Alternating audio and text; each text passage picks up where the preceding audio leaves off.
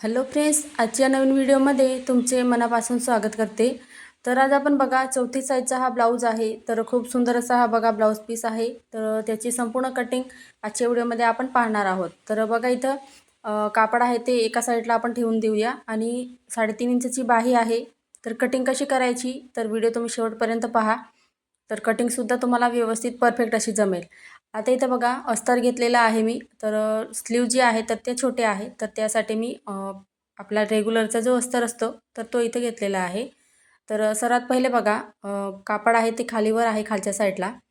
तर त्यासाठी बघा ब्लाऊजची कटिंग करण्याआधी आपल्याला खालच्या साईडला खडूने सरळ अशी लाईन आखून घ्यायची आहे. तर पहा इथं मी व्यवस्थित असं खडूने मार्किंग करून तिथं एक सरळ अशी लाईन आखून घेते. म्हणजे आपण जी मापं टाकणार तर ती आपली मापं जी आहे ती परफेक्ट यावी, माप चुकणार नाही याची काळजी म्हणून आपण एक लाईन आखून घ्यायची आहे.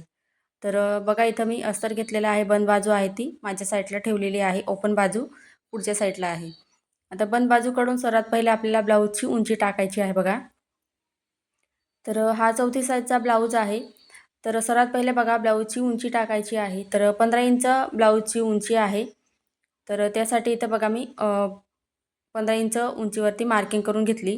तर 15 इंच उंची घेतलेली आहे आणि 14 इंच आपल्याला तयार इथं ब्लाऊजची उंची पाहिजे. तर चुकून माझ्याकडून 14 इंचावरती झालं होतं, त्यासाठी मी ते कट केलं आणि दुसऱ्या साईडला म्हणजे 15 इंच उंची इथं घेतलेली आहे. तर पहा इथं शोल्डर जिथं आपण मोजलेलं आहे 5.5 इंच शोल्डर घेतलेलं आहे. तर तिथंसुद्धा आपल्याला उंची व्यवस्थित चेक करून घ्यायची आहे. त्याच्यानंतर असे या पद्धतीने लाईन आखून घ्यायची बघा. आता मुंडा घ्यायचा आहे. तर मुंडासुद्धा इथं बघा मी 5.5 इंच घेतलेला आहे. कारण बघा तब्येत कमी आहे त्या कस्टमरची आणि काखेमध्ये त्यांना चुन्या वगैरे येत असतात. तर त्यासाठी मी इथं मुंड्याचं जे माप आहे तर ते इथं कमी घेतलेलं आहे. आता बघा शोल्डर आणि मुंडा व्यवस्थित असं मोजून घेतलेला आहे. तर आता आपल्याला इथं बघा छातीचा चौथा भाग टाकायचा आहे. तर 34 साईजचा हा ब्लाऊज आहे. तर इथं 8.5 इंच मी छातीचा चौथा भाग घेतला.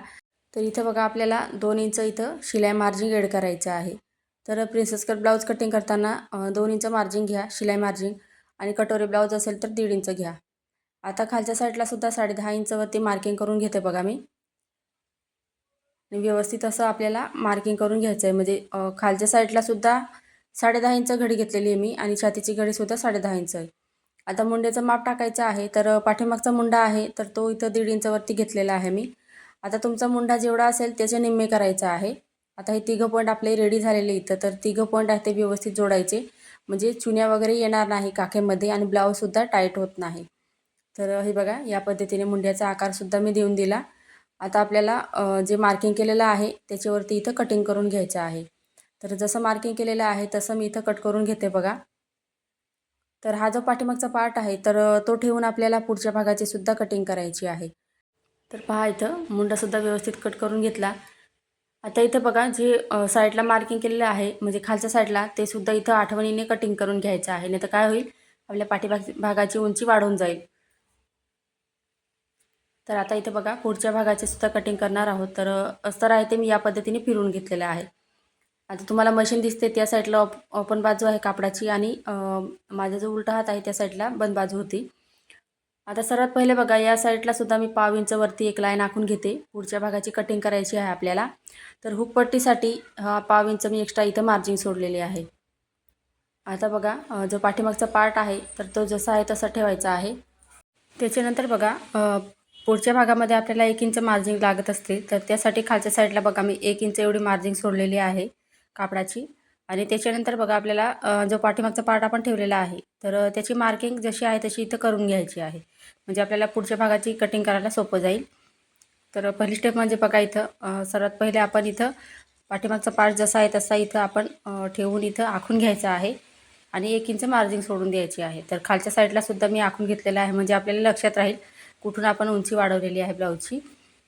तर इथं बघा मी व्यवस्थित असं इथं मार्किंग करून घेतलेलं आहे आणि पाठीमागचा पार्ट एका साईडला ठेवून द्यायचा. त्याच्यानंतर बघा सरळ अशी खालून लाईन आखून घेतली मी. थोडीशी पुसट वाटत होती त्यासाठी. त्याच्यानंतर आपल्याला मुंडा चेक करायचा आहे. तर जेवढा मुंडा आपण घेतला होता तेवढा इथं चेक करायचा आहे. त्याच्यानंतर बघा व्यवस्थित असं बॉक्स तयार करायचा आहे मुंड्यासाठी. म्हणजे आपण हा जो मुंड्याचा आकार दिलेला आहे तो पाठीमागच्या भागाचा होता. आता आपल्याला इथं पुढच्या भागाचा मुंड्याचा आकार द्यायचा आहे. तर 1 इंचावरती पुढच्या भागाचा आपण मुंड्याचा आकार दिला. त्याच्यानंतर पाठीमागचा आकार होता त्याला क्रॉसची मार्किंग केलेली आहे. म्हणजे कटिंग करताना लक्षात राहील. त्याच्यानंतर बघा गळा रुंदी आपल्याला इथं 2.5 इंच घ्यायची आहे आणि त्याचबरोबर पुढचा जो गळा आहे तर तुम्ही आवडीनुसार इथं घेऊ शकता. तर 7 इंच मी पुढच्या गळ्याची मार्किंग केली आणि गळा रुंदी खालच्या साईडला सुद्धा 2.5 घेतलेली आहे आणि व्यवस्थित असा बॉक्स तयार करून घ्यायचा आहे. इथं जो पुढचा गळा आहे तुम्ही तुमच्या आवडीनुसार इथं घेऊ शकता. तर इथं सिंपल असं आम्ही गोल गळ्याचं मार्किंग करून घेतलं. त्याच्यानंतर बघा वरून शोल्डरपासून आपण खालीपर्यंत इथं 11 इंचावरती उभा टक्स आहे त्याची मार्किंग करायची आहे 11 इंच. त्याच्यानंतर आडवी मार्किंग 4.25 इंच घ्यायची आहे. म्हणजे 4 इंच आणि अर्ध्याच्या निम्मे घ्यायचं आहे 4.25 इंच. आता इथे 4.25 इंचचे 2 मार्किंग केल्या वरच्या साईडला आणि खालच्या साईडला कमरेच्या साईडला सुद्धा आणि सरळ अशी लाईन आखून घ्यायची आहे. आता त्याच्यानंतर बघा आपल्याला इथं पफ येण्यासाठी इथं बघा मी 2 इंचवरती मार्किंग करून घेते. आता हा आपला 34 साईजचा ब्लाऊज आहे तर 2 इंचावरती मार्किंग करून घ्यायची आहे आणि तुम्हाला जर पफ जास्त हवा असेल तर तुम्ही 2.5 इंचावरती मार्किंग करू शकता. तर इथं बघा 2 इंच मी आडवी मार्किंग केली जिथं आपण 4.25 इंच घेतले तिथून या साईडला. आता वरच्या साईडला सुद्धा तिथूनच 2 इंच घेतलं आणि फिटिंगच्या साईडला सुद्धा 2 इंच घेतलं आणि मुंड्याच्या तिथं बघा 1 इंचवरती इथं मार्किंग करून घेतलेली आहे. तर जे आपण कमरेच्या साईडला मार्किंग केलेलं आहे 2 इंच तर ते साईजनुसार बदलत असतं. फक्त आपण जे मुंड्याच्या तिथं 1 इंच घेतलेलं आहे मार्किंग तर ते आपलं इथं सगळ्या साईजसाठी सारखंच राहतं. आता सिंपल असा आपल्याला प्रिन्सेसचा इथं आकार द्यायचा आहे. तर बघू शकता इथं मी व्यवस्थित असा आकार देऊन दिला. आता खालच्या साईडला बघा जे पाठीमागचा भागाची उंची आहे तिथून आपल्याला फक्त पुढच्या इथं जे पुढचा पार्ट आहे त्याच्यामध्ये आपल्याला उंची वाढवायची आहे. तर पाठीमागचा आणि पुढच्या भागामध्ये उंची सारखी यावी यासाठी फिटिंगच्या तिथून बघा मी तेवढी मार्किंग केलेली आहे. तर हा झाला आपला पफची मार्किंग आणि एकदम परफेक्ट असा हा ब्लाऊज शिवून तयार होतो आणि अंगातसुद्धा व्यवस्थित बसतो. आता कटिंग करताना सर्वात पहिले बघा एक्स्ट्राची मार्जिंग असेल तर ती कट करून घ्यायचं आहे. आता कटिंग करताना इथं बघा पुढच्या भागाची आपण जो मुंड्याचा आकार दिलेला आहे तर तो सर्वात पहिले इथं कट करून घ्यायचा आहे जसं आहे तसं. त्याच्यानंतर बघा जी फिटिंगची लाईन आहे ते तिथून या पद्धतीने कटिंग करायचं आहे.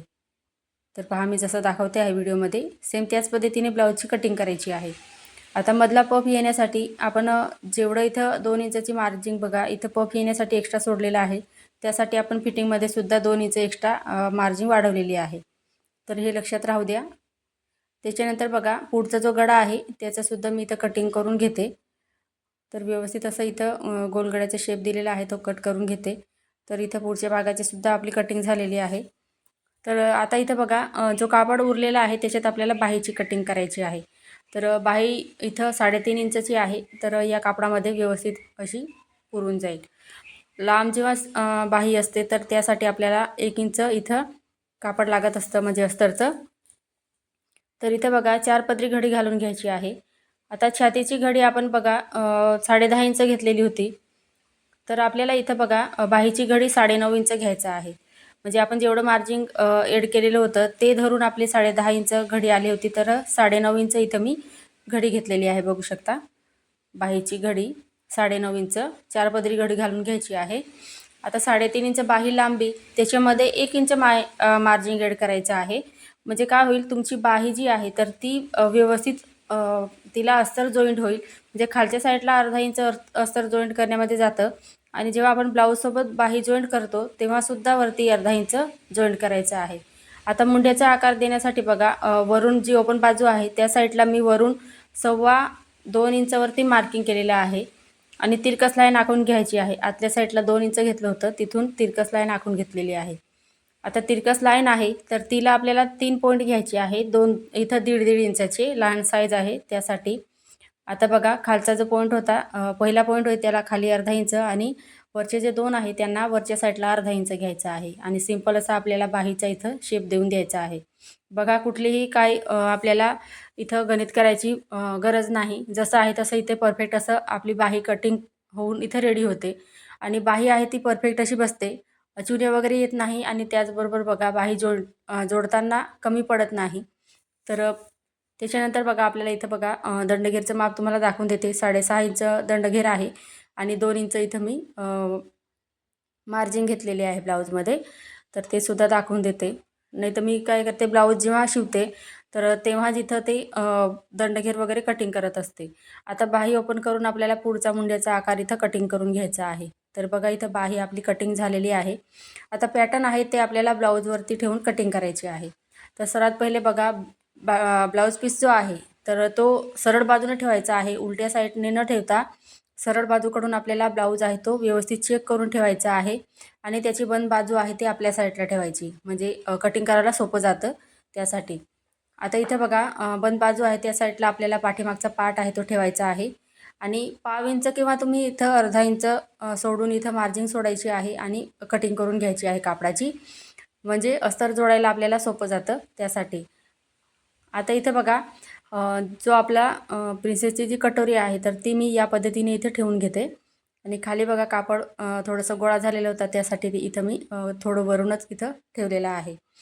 तर इथं बघा कटोरीसुद्धा कट करून घेतली. त्याच्यानंतर बघा आपल्याला अजून 2 इथं पार्ट कटिंग करायचे आहे, बाही आणि साईड पार्ट. तर बाही कुठे पुरते तर ते पहिले बघून घेते मी. तर इथे थोडीशी जोड द्यावं लागेल, तर तेवढा टाईम नाही आहे. तर त्यासाठी आपण काय करायचं, इथं जिथं एक्स्ट्राचं कापड आहे तर तिथे ठेवून आपण बाही कटिंग करून घेऊया, म्हणजे आपल्याला जॉईंट देत बसायला इथं गरज पडणार नाही त्यासाठी. तर इथं बघा बाहीसुद्धा मी कट करून घेतलेली आहे. आता आपल्याला साईड पार्ट कटिंग करायचं आहे. तर साईड पार्टसाठी बघा इथं जिथं व्यवस्थित मावत असेल तिथं ठेवून आपल्याला अर्धा इंचची मार्जिन सोडून कटिंग करून घ्यायचं आहे. तर फ्रेंड्स, तुम्हाला आजचा व्हिडिओ कसा वाटला कमेंटमध्ये मला नक्कीच सांगा. चॅनलवर नवीन असाल तर चॅनलला सबस्क्राईब करायला विसरू नका. पुढचा व्हिडिओ तुम्हाला कोणत्या टॉपिकवर पाहायचा आहे ते सुद्धा मला नक्की कळवा. आणि या ब्लाऊजची तुम्हाला स्टिचिंगचा व्हिडिओ पाहायचा असेल तरीसुद्धा तुम्ही मला कमेंटमध्ये विचारू शकता. आजचा व्हिडिओ पूर्ण पाहिल्याबद्दल तुमचे मनापासून खूप खूप धन्यवाद.